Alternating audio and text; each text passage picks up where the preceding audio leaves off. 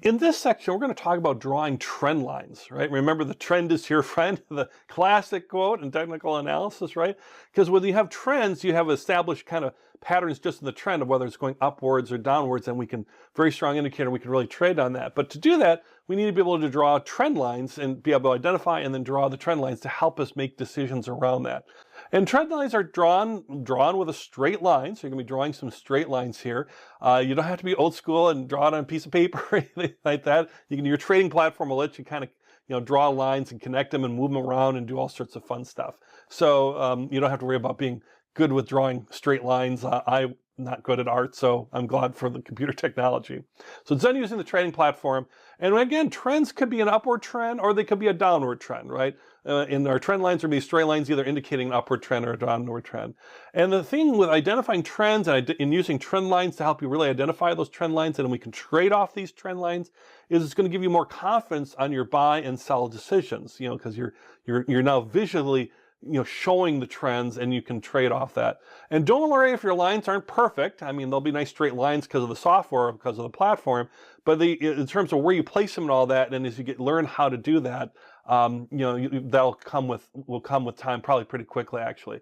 And it's not always exact. I mean, the markets go sideways, things happen, there's outliers that happen, noise, all that kind of stuff that happens that causes a price to go up or down. So again, trend lines are not always picture perfect, but they're going to be straight lines and they're going to help you with your trading decisions. So don't worry about if your trend lines are not works of art, right? And we learned about some trend lines, or some lines actually have meaning behind them already. They're like a support line, which is the lowest price in a current trading range. So it supports the price from going lower. That's a good way to remember. It supports the price from going lower, like in this triangle you see here. Or you have resistance lines where the high price it's the highest price in the current trading range.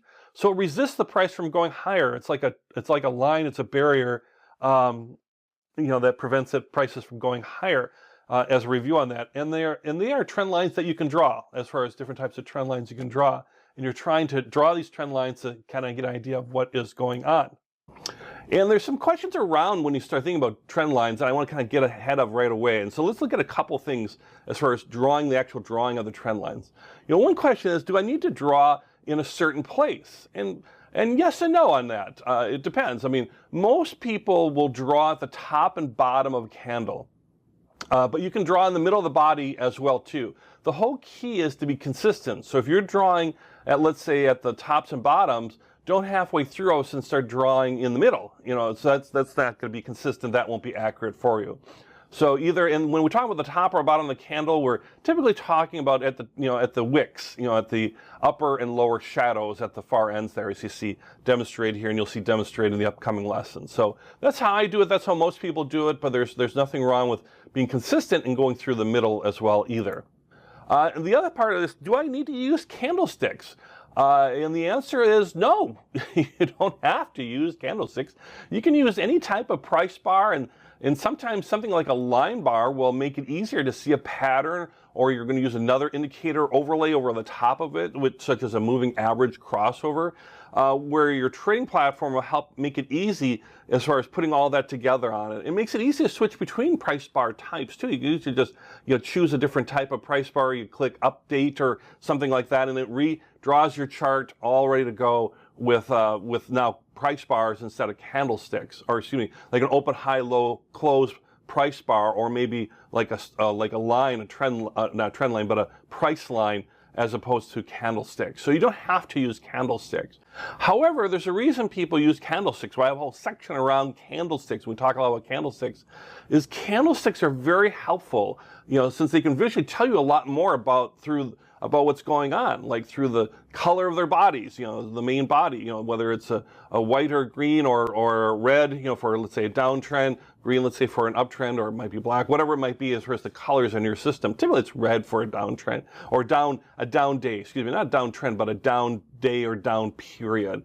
And also things like the lengths of their wicks can tell you something. And they have their own patterns kind of within your larger, bigger chart pattern. They'll have their own patterns too that might give you some indications on what might be happening. It might confirm what you're seeing with your overall chart pattern, or it might possibly make you rethink your overall chart pattern because something is happening with the candlesticks. So I definitely would recommend that you use candlesticks, but you can switch between the different price bars depending on what might work for you at that moment in time or what you're looking to do.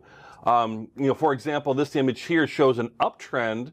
As far as, we can see it, you can see that line there, that's a trend line. It definitely has got an upward slope to it, going along the bottom as far as the range indicator, so it's going along the lows of the day. But it also is, if you recognize it from like candlesticks, it's a three-soldier candlestick pattern. So you get extra confirmation. So not only is an upward trend line a good bullish sign, or that the prices will rise, but also having, let's say, that three-soldier candlestick pattern, it kind of gives you even more an idea of, okay, this looks like a very strong trend. I'm getting it confirmed not only by the upward trend line that I've drawn, but I'm also getting it from the candlestick chart pattern. So I'm getting the idea that it might be an extra confirmation out there. Now I feel more confident in my trade. If I wasn't using a candlestick, for example, I wouldn't see that three-soldier pattern, because I wouldn't necessarily see that. So that's where candlesticks can be very, very helpful. And I would tend to recommend using them with trend lines in almost all cases, but you can switch over every once in a while too, as far as sometimes it works better with certain types of lines or certain types of prices. I think I'll actually demonstrate some of those. Well, once I draw a trend line, is it permanently fixed? Does it just stay there? It never changes or anything like that? And it typically will for certain periods of time, but in general, no.